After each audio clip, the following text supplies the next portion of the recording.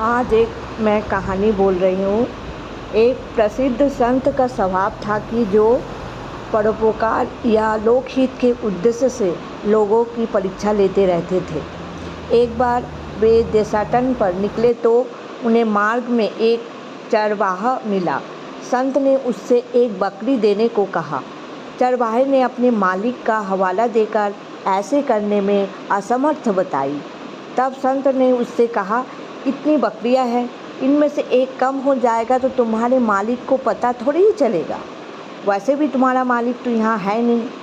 चरवाहा बोला, मेरे मालिक तो नहीं देख रहा है, पर सबका मालिक ईश्वर तो देख ही रहा है। उसके साथ धोखा कैसे कर सकता हूँ। संत उसको लेकर उसके मालिक के पास पहुँचे और उसे सारा किस्सा कह सुनाया। वह चरवाहा उस व्यक्ति के यहाँ नौकर के रूप में कार्यरत था। संत ने मालिक से कहा, ईश्वर के भक्त को कौन नौकरी पर रख सकता है, तुम इसे मेरे साथ आने दो। चरवाहे के मालिक ने उसे आज़ाद कर दिया और वह चरवाहा एक संत के रूप में प्रसिद्ध हुआ। मैं दूसरा कहानी सुना रही हूँ। एक व्यक्ति गठिया रोग से ग्रस्त था। वैसे तो उसकी पत्नी उसकी सेवा बहुत करती थी, परंतु वाणी की कटुरता बस वह उससे झगड़ती भी बहुत थी। एक दिन पति ने तीर्थ यात्रा पर जाने का प्रस्ताव रखा। उसकी पत्नी यह सुनकर उस पर बरस पड़ी और बोली, तुम ढंग से चल भी नहीं पाते तो तीर्थ यात्रा में तुम्हारी सेवा कौन करेगा। पति ने पत्नी से कहा, वह उसे संत एकनाथ के पास छोड़ दे, वह उसे ही तीर्थ यात्रा मान लेगा। पत्नी उसे संत एकनाथ के पास छोड़कर आ गई। 1 माह तक उसका पति संत एकनाथ के पास रहा। इस अवधि में उसकी पत्नी को अपने पति की बार बार चिंता भी होती कि उसका ध्यान वहाँ कौन रख रहा है। परंतु जब वह 1 माह के बाद लौटी तो उसने देखा कि उसका पति तो पूर्णतः स्वस्थ हो गया है। संत एक साथ ने उसकी इतने भाव से सेवा की कि वह नीरोग हो गया। संत उसकी पत्नी से बोला, पुत्री, तुम सेवाभावी तो है, परंतु सेवा का फल मन और वाणी के शुद्ध होने से ज़्यादा मिलता है। पत्नी को संत का यह समझ में आ गया और उसका व्यवहार बदल गया।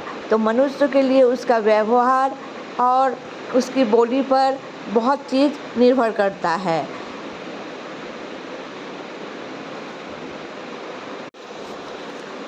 तीसरी कहानी है भगवान बुद्ध जी की। भगवान बुद्ध जी को कौन नहीं जानता है। एक बार वह अपनी यात्रा पर निकले हुए थे और बौद्धिक यात्रा करने पर एक स्थान पर विश्राम करने के लिए रुके थे। अपने साथ आ रहे भिक्षुओं को देखकर चिंता में पड़ गए।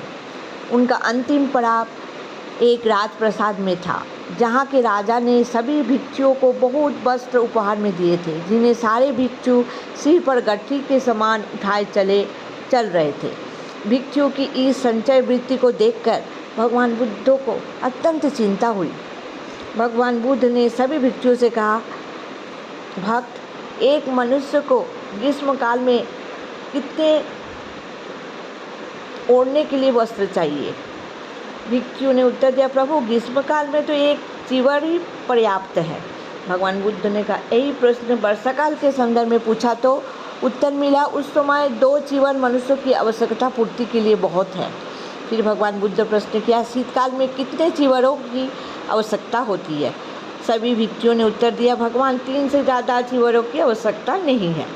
भगवान बुद्ध ने भिक्षुओं को इतने ही वस्त्र रखने के लिए कहा और वह निर्देश दिया कि इससे ज़्यादा का संग्रह कष्ट का कारण बनता है।